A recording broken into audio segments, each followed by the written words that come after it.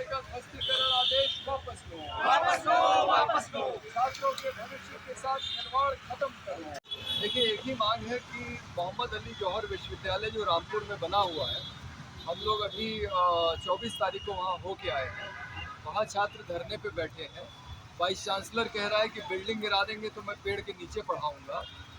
ये जो विश्वविद्यालय के साथ योगी सरकार खिलवाड़ कर रही है सिर्फ इसलिए कि उसको आजम खान ने बनाया है, ये इनकी घटिया मानसिकता को दिखाता है। आप प्राइमरी स्कूल बंद कर रहे हैं, शराब की दुकानें खोल रहे हैं, बताइए आप भारत को इस तरह से विश्वगुरु बनाएंगे? तो ये जो शिक्षा विरोधी सोच है, छात्र विरोधी सोच है, इसके खिलाफ हम खड़े हैं। हमारी मांग है कि 40 में से 38 भवनों का जो ध्वस्तीकरण आदेश डीएम रामपुर ने जारी किया है, रामपुर विकास प्राधिकरण के उपाध्यक्ष के नाते, उसको तुरंत वापस लिया जाए और विश्वविद्यालय को ठीक से चलाया जाए। अभी उसमें 3000 छात्र पढ़ रहे हैं, उनके भविष्य का नुकसान न किया। सरकार कह रही है कि बिल्डिंग अवैध बनी है इसलिए गिराया जा रहा है। जी, आप चलिए जरा हमारे साथ, हम लखनऊ में देखें कितनी बिल्डिंगें अवैध नहीं हैं। मेरे घर के बगल में सिटी मॉन्टेसरी स्कूल है, इंदिरा नगर शाखा, 18-20 साल पुराना ध्वस्तीकरण आदेश है आवास विकास परिषद का, उसको क्यों नहीं गिराते हैं? सहारा शहर पूरा जो है, जो ग्रीन एरिया है उसके ऊपर बना हुआ है, उसका कुछ हिस्सा, आप उसको क्यों नहीं गिराते हैं? तो इस शहर में आपको तमाम बिल्डिंगें ऐसी मिल जाएंगी जो अवैध बनी हुई हैं। ये आप सिर्फ उसके पीछे क्यों पड़े हैं? ये इनकी जो घटिया राजनीति है, सांप्रदायिक राजनीति, जो ये हिंदू वोटों का ध्रुवीकरण करना चाहते हैं, ये जो राजनीति है ये अब देश में नहीं चलेगी। ये छात्रों नौजवानों ने अच्छे से इनको दिल्ली में समझा दिया है जंतर मंतर धरने से। अगर अभी भी इनको होश नहीं आया तो फिर कल इसी तरह का आंदोलन तो उत्तर प्रदेश में करना होगा और इनको बताना पड़ेगा कि आप इस तरह का शिक्षा विरोधी कदम नहीं उठा सकते। जंतर मंतर पर जिस तरीके से प्रदर्शन छात्रों ने किया, अपनी डिमांड रखी और धर्मेंद्र प्रधान का इस्तीफा हुआ, इसको किस तरह से देखते हैं आप? ये इस देश के लोकतंत्र के लिए बहुत बड़ी उपलब्धि है। ऐसा लग रहा था कि जो सरकार कभी जनता की बात मानती नहीं है, मनमानी करती है। 13 महीने किसान आंदोलन चला, किसान विरोधी कानून तो वापस हुए, लेकिन किसानों को न्यूनतम समर्थन मूल्य कानूनी गारंटी के रूप में मिले, ये आज तक उन्होंने नहीं किया। सीए एनआरसी के खिलाफ मुस्लिम महिलाओं का बड़ा आंदोलन हुआ, उसमें इन्होंने लोगों की बात नहीं मानी और ये जो आंदोलन हुआ इसके सामने इनको झुकना पड़ा, धर्मेंद्र प्रधान को इस्तीफा देना पड़ा। ये लोकतंत्र की बहुत बड़ी विजय है और हम उम्मीद करते हैं कि मोदी सरकार जिस तरह से अभिव्यक्ति की स्वतंत्रता के अधिकार को कुचल रही थी, अब वो बंद होगा। लोग आराम से अपनी बात कह पाएंगे बिना किसी डर के कि कोई मुकदमा हो जाएगा, जेल चले जाएंगे, क्योंकि लोकतंत्र में सरकार का विरोध करना लोगों का एक मौलिक अधिकार है अभिव्यक्ति की स्वतंत्रता के तहत, जैसे कि हम लोग कर रहे हैं। लेकिन अक्सर जो है वहाँ पहले हम लोग जैसे हजरतगंज में करते थे, अब वहाँ हम कर ही नहीं सकते क्योंकि पुलिस कहती है परमिशन लाइए। परमिशन जाने के लिए आपको पहले इनके वेबसाइट पे जाके एक एप्लीकेशन देनी पड़ेगी, उसका 300 रुपया साइबर कैफ़े वाला लेता है। तो ये कोई अभिव्यक्ति की स्वतंत्रता नहीं है कि आप सारा कुछ अपने तरीके से नियंत्रित करें, हमको बताएं कहाँ प्रदर्शन करना है, कहाँ नहीं करना है। अगर शांतिपूर्ण प्रदर्शन हो रहा है जैसा हम करते हैं, आज तो पुलिस नहीं है लेकिन कई बार पुलिस आ जाती है और हमें करने से मना करती है, परमिशन मांगती है, ये सब चीज़ें बंद होनी चाहिए। अगर शांतिपूर्ण तरीके से कोई भी अपनी बात कहना चाहता है, भले ही वो विरोध प्रदर्शन है सरकार का, तो वो लोकतंत्र में होना चाहिए। अब एक एमबीबीएस कोर्स बनते हैं मान्यता रद्द करने पे। जी, हाँ, जी, ये तो पूरी दुनिया में कहीं नहीं होता है। जी, और हमारे पूरे देश में वैसे तो कई लोग कई आंकड़े देते हैं, लेकिन सूचना के अधिकार से जो जानकारी मिली है, 18,727 विद्यालय बंद हो गए, प्राइमरी विद्यालय अच्छा, सरकारी। पिछले 10 सालों में छात्रों की संख्या उसमें 2,26,00,000 कम हो गई। तो हम पता नहीं ये हमारे प्रधानमंत्री इस देश को कौन सा विश्व गुरु बनाना चाहते हैं। तो अब ये जो जौहर अली विश्वविद्यालय पे जो संकट आया है, ये भी उसी कड़ी में है। और ये बड़ी अजीब बात है कि शराब की दुकानें धड़ल्ले से खोल रही हैं और विद्यालय बंद किए जा रहे हैं। तो इस सरकार का कोई भरोसा नहीं है, लेकिन ये जो ध्वस्तीकरण आदेश है ये राजनीति से प्रेरित है, क्योंकि अगर आप मानक के हिसाब से देखने जाएंगे तो इस शहर की आधी से ज़्यादा बिल्डिंगें आपको मानक के हिसाब से नहीं मिलेंगी। मेरे घर के बगल में सिटी मॉन्टेसरी स्कूल है, उसका 20 साल पुराना आवास विकास परिषद का ध्वस्तीकरण आदेश है, जिसका पालन वो नहीं करते। तो ये राजनीति से प्रेरित है। 3000 छात्रों के भविष्य के साथ खिलवाड़ किया जा रहा है, लेकिन इस विश्वविद्यालय को बचाया जाएगा। हम लोग 24 तारीख को वहाँ गए थे और वहाँ का वाइस चांसलर ये कह रहा है कि बिल्डिंगें गिरा देंगे तो मैं पेड़ के नीचे बैठ के पाऊँगा। तो हम लोग इस लड़ाई में साथ हैं और हम योगी सरकार की भर्त्सना करते हैं कि बजाय इसके कि और आप विद्यालय, विश्वविद्यालय, महाविद्यालय खोलें, आप एक बने बनाए विश्वविद्यालय को आप ख़त्म करना चाहते हैं। ये आपकी शिक्षा विरोधी सोच को दिखाता है। सर, पब्लिक डोमेन में चर्चा है कि अखिलेश यादव अयोध्या राम मंदिर में जो चंदा चोरी हुआ उस पर लगातार हमलावर थे भारतीय जनता पार्टी आरएसएस पर, और जो वहाँ का स्थानीय प्रबंधन था उस पर वो लगातार हमलावर थे। और जब सरकार को कुछ समझ में नहीं आया, ये पब्लिक आमतौर पर ये बातें कही जा रही है लोगों के बीच में, तो जब सरकार को कुछ समझ में नहीं आया तो आजम खान के जरिए अखिलेश यादव को बैंकपुर पर ढकेलने का ये प्रयास है। आप क्या मानते हैं?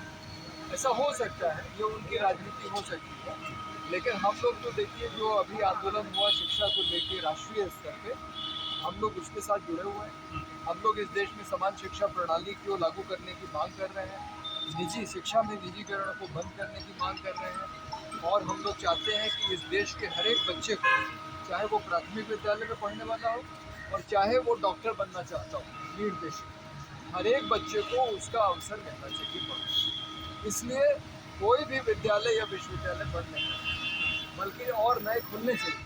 हम लोग तो कह रहे हैं कि अगर नीट में 22 लाख अभ्यर्थी हैं, आपके पास 1.5 लाख की सीटें हैं, तो और कॉलेज बनाइए ना। ये गवर्नर साहिबा इतने बड़े घर में क्यों रहती है? उनको आप भेज दीजिए किसी 2 कमरे के मकान में और सिविल अस्पताल के साथ जोड़ के यहाँ नया मेडिकल कॉलेज बनाइए। ये राष्ट्रीय प्रेरणा स्थल बना है, इतनी बड़ी जमीन, 3 बड़ी मूर्तियाँ खड़ी, अरे वहाँ पे आप एक मेडिकल कॉलेज बना सकते हैं। ये हमारे जो सरकारी अधिकारी नेता बड़े बड़े बंगलों में रहते हैं, इनके बंगले खाली कराए जाएं।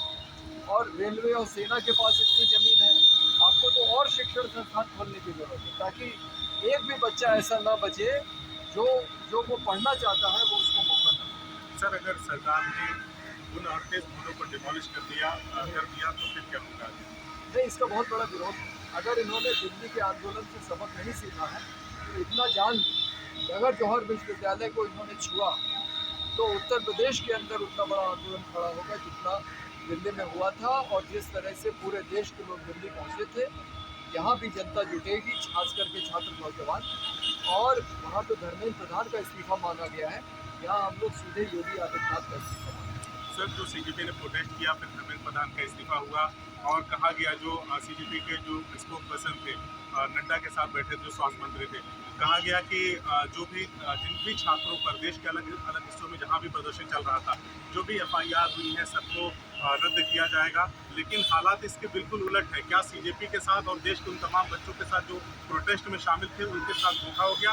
क्योंकि लगातार FIR हो रही है, सबको जेलों में ठूसा जा रहा है। नहीं, अगर ऐसा होगा तो फिर दोबारा एक आंदोलन करना पड़ेगा। अगर सरकार अपने वायदे से मुकरेगी और उसने अगर इस आंदोलन से सबक नहीं सीखा है तो फिर वो अगले आंदोलन के लिए तैयार रहें। तमाम तस्वीरें आ रही है देश के कोने कोने से, जैसे वेस्ट बंगाल में हो गया, बिहार में हो गया। बिहार में तो AK-47 लेकर रोड पे दौड़ा लिया गया। जी जी। तो ये कैसा लोकतंत्र है? नहीं, ये लोकतंत्र है ही नहीं भाई। वो आप ये जो छर्रे वाली बंदूकें इस्तेमाल की गई हैं, जिनको पैलेट गन कह रहे हैं, इसमें छर्रे की बौछार निकलती है, इसका इस्तेमाल पहले कश्मीर में हुआ, तब देश ने उसका संज्ञान नहीं लिया। उसी समय उसका विरोध अगर किया गया होता तो आज ये जंतर मंतर पे नहीं चलती।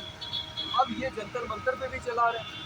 और बिहार में आपने सही कहा, AK-47 लेके पुलिस वाला निकला, तो अपने ही लोगों पे बंदूक चलाना, ये तो जन विरोधी सोच सरकार की दिखाती है। इसका मतलब इनका लोकतंत्र में विश्वास नहीं है। ये पुलिस के बल पे, डंडे के बल पे, बंदूक के बल पे ये राज करना चाहते हैं और लोग ऐसे शासकों को बर्दाश्त नहीं। आपने शिक्षा को लेकर तमाम पद यात्राएं की, मैं उत्तर प्रदेश की ही नहीं, मैं देश के उन बच्चों के लिए आपकी तरफ से चाहता हूं कि आप कोई आश्वासन दें कि उनके भविष्य के साथ खिलवाड़ नहीं होने दिया जाएगा। अगर जौहर अली यूनिवर्सिटी जैसे किसी भी संस्थान को डिमोलिश या गिराने का कोशिश किया गया तो आप जैसे लोग उठ खड़े होंगे। जी, मैंने पहले ही कहा इस देश में हर एक बच्चे को जो वो पढ़ना चाहता है उसका अवसर मिले, प्राथमिक से लेके और उच्च शिक्षा तक। इसके लिए हम लोग काम कर रहे हैं कि ऐसी सुविधा हर एक बच्चे के लिए उपलब्ध हो। और किसी भी शिक्षण संस्थान के साथ प्राइमरी स्कूल से लेकर और विश्वविद्यालय तक अगर छेड़छाड़ किया गया तो हम लोग आंदोलन करेंगे और सरकार को ऐसा नहीं करेंगे। चलिए, आखिरी सवाल मेरा, जो प्रोटेस्टर वहाँ पे बैठे हैं उनसे आपकी कोई बातचीत हो पाई? जी, हम लोग गए थे वहाँ, जो है क्या फीडबैक है सर? वहाँ आज के दिन का क्या फीडबैक है? आज की जानकारी नहीं, लेकिन 24 को हम लोग मिले थे और हम लोगों को बहुत दुख लगा कि छात्रों को अपनी पढ़ाई लिखाई छोड़ के धरना प्रदर्शन करना पड़ रहा है, लेकिन मजबूरी ऐसी है कि उस संस्थान को बचाना है। कि छात्रों के भविष्य के साथ हम लोग खिलवाड़ नहीं करें, हम लोग पूरी तरह से उन छात्रों के साथ। चलिए, हमने बात किया सोशल एक्टिविस्ट संदीप पांडे जी से, जो से बात सम्मानित है। और यहाँ पे देखिए बहुत सारी बच्चियाँ, महिलाएं भी इनके साथ हैं। मोहम्मद अली जौहर विश्वविद्यालय का वापस सरकार जो दिया है, और वो भी क्यों ना, क्योंकि सर मैं चाहूँगा कि एक आखिरी सवाल के लिए आप इधर आ जाएँ। जो सीजेपी का प्रोटेस्ट चल रहा था उसमें एक जेंजी बच्चा था, वो मुस्लिम समुदाय से था। मैं यहाँ पे धर्मों की बात नहीं कर रहा, लेकिन बताना ज़रूरी है क्योंकि उसके हाथ में जो पोस्टर था उसमें ये मांग किया गया था कि अब नफरत की राजनीति बंद कर दो। और वो मुस्लिम बच्चा कह रहा था कि आई लव श्री राम जी, मतलब उसने भगवान राम को कहा कि हम आपसे प्यार करते हैं, यानी वो सबके हैं, है ना। और एक बहुत बड़े मुस्लिम राइटर थे जिन्होंने इमाम हिंद नामक एक किताब लिखी भगवान श्री रामचंद्र जी के मर्यादाओं के ऊपर, उनके जीवन के ऊपर। तो ये देश ना तो राम के खिलाफ पहले था ना अब है, तो फिर ये लड़ाई झगड़े कब बंद होंगे? कब ये देश शिक्षा के पथ पर सही तरीके से चलेगा? कब इस देश के बच्चों को पढ़ने लिखने का समान अधिकार मिलेगा? जिस दिन भारतीय जनता पार्टी की सरकार सत्ता से हटेगी, क्योंकि ये सरकार, देखिए, ये सांप्रदायिक राजनीति के अलावा इसको कुछ आता ही नहीं। इसके सामने से अगर मुसलमान और पाकिस्तान हटा दीजिए तो फिर ये करेंगे क्या? तो इसलिए ज़रूरी है कि इनको हटाया जाए, क्योंकि ये किसी न किसी बहाने ये सांप्रदायिक राजनीति ले ही आते हैं। और ये धरने से एक चीज़ और स्पष्ट हो गई है कि भारत का जो जनमानस है, जो जेन ज़ी इसको आप कह रहे हैं, वो भी इनकी राजनीति को नहीं मानता। क्योंकि वहाँ जुनैद नाम का आदमी आके सबको खाना खिला रहा था। वहाँ मैंने तो एक तस्वीर देखी कि एक साधु जी सो रहे हैं और दो मुसलमान पंखा हिला रहे हैं। तो वहाँ तो हिंदू, मुस्लिम और सिख समुदाय का बहुत बड़ा योगदान है। निहंग सिख आ गए कि हम आपकी रक्षा करेंगे।